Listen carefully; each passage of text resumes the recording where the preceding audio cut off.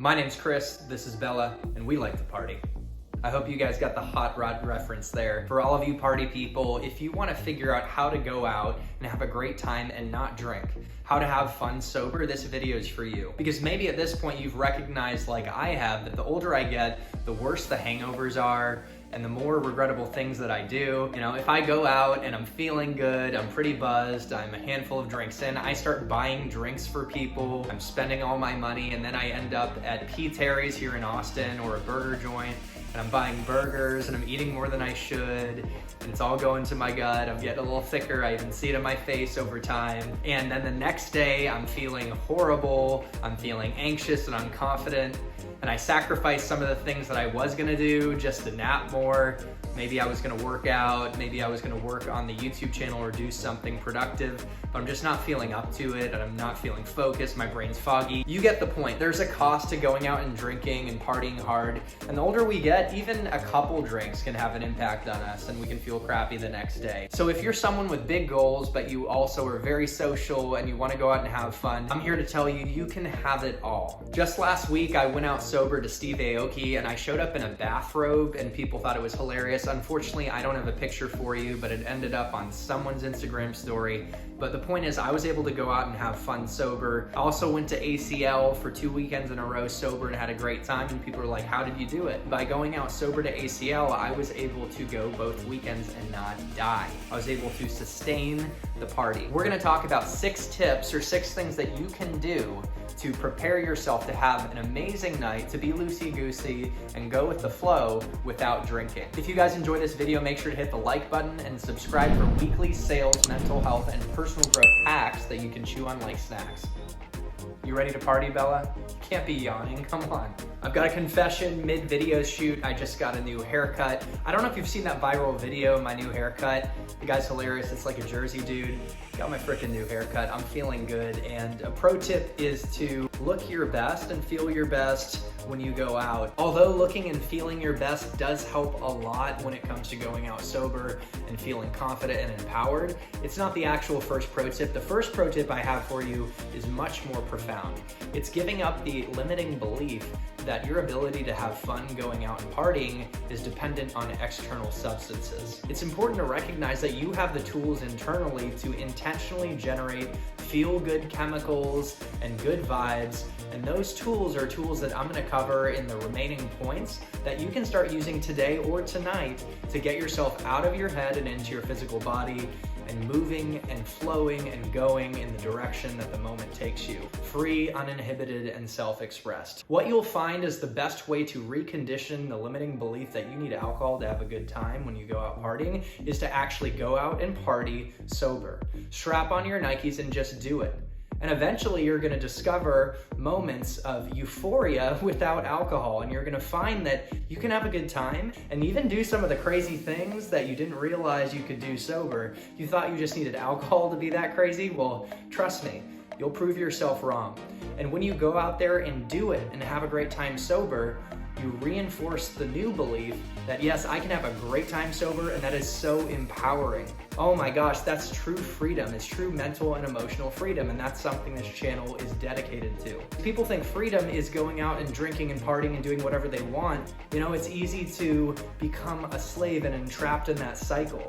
And then we become dependent on substances to have fun. When you can cut off that cycle and you can go out and have fun sober, and you can give up those things, and you can have discipline and restraint, that's actually where freedom is found. So go out there and party sober. You just gotta do it. That's the first step. And you will find you experience yourself newly. The second step is to get high on your breathing. I remember one night at 4 a.m. I'm dancing to the DJ at Coconut Club, which is a bar in Austin, and I was just having the best time, and I felt like I was in drugs, and I was really high on oxygen. I was flooding my body with oxygen by rhythmically breathing in through my nose and out through my mouth. And I didn't make it too obvious, but the body craves oxygen.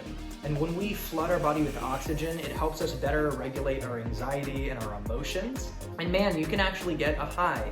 You can get a head high from oxygen. That's why they have oxygen bars. And using breathwork exercises like the Wim Hof method can actually put you in an incredible state. So your breath is that first tool that you can tap into within within your control to alter your physiology and your current mental and emotional state. When you go out, make sure to breathe deeply and relax into the present moment. The third thing I recommend you do to go out and have fun sober is to have a drink in your hand. It could be water on the rocks, as I like to say. I love dad jokes.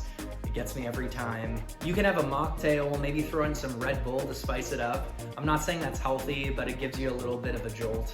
There's something about having something to hold in your hand and having a drink just like everyone else that helps you relax into the moment. I also encourage you to have a snack or some food if it's available at the bar that signals to your subconscious that, hey, you're not in danger. Because back in caveman days, if you were eating or drinking, you probably weren't being chased by a bear that's about to maul you. And funny story, there was one time I went out in Austin to a bar and it was jam-packed for a Conor McGregor fight, and I had my classic water on the rocks and I was drinking it, and someone saw the drink and they were pretty hammered, honestly, and they said, "You won't chug it." They thought it was vodka, and I went along with it. I'm like, yes, I will. And I start chugging the water and they're going nuts, and I finish it and everyone's going crazy. Oh my gosh, what a beast, what an animal. And it was water. People don't even know the difference, especially when they're drunk. They probably think you're drunk too. She just passed out in my arms. Oh my gosh, that's so cute. Belly. And something that you could try that's not alcoholic, that's not going to give you a hangover, and it's not drugs, is something called kava. And it comes from a root, and there are kava bars. Maybe you could have it to pregame going out. It tends to relax you a little bit, and some of the kava drinks can give you a sense of euphoria as well. The fourth tip is to get moving and grooving. Move your body, start to dance, be uninhibited, and it's just a form of self-expression that really relaxes you and gets you again out of your head and into your physical body.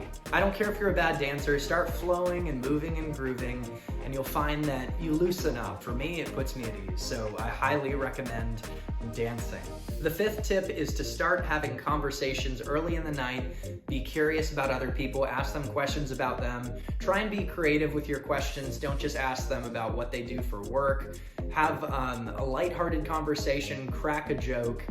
Ask them about what they think of the bar, make a comment about something in the environment, maybe someone's doing a goofy dance move, but keep it light and make sure to have a sense of humor. Be willing to laugh at yourself. Even if you feel anxious, that's okay, embrace it. But once you start talking, you'll feel things warm up, including yourself. And when other people see you socializing, they're more likely to gravitate towards you and want to start a conversation as well. There will be awkward moments, but if you can laugh at yourself, you'll become unstoppable. I really think a sense of humor is the true foundation of confidence, and being able to approach anxiety, especially social anxiety, playfully is an incredible skill. The sixth and final pro tip for going out sober and having a great time is being intentional to pick venues and places and events that you want to go to that you can actually enjoy in and of themselves. Your enjoyment of these places and these activities isn't dependent on alcohol. Take a step back and look at the things that you've been doing that you only enjoy because you're drunk. Would you enjoy these venues and these things that you're doing if you weren't drunk? For example, for me, I really like comedy shows. Even if I wasn't drunk and I was completely sober, I would have a great time. Or a concert, or a festival. I love music. I don't need alcohol to enjoy it. And in fact, that's a fun environment where I can focus on the music and feel the rhythm. I can get out of my head and start dancing.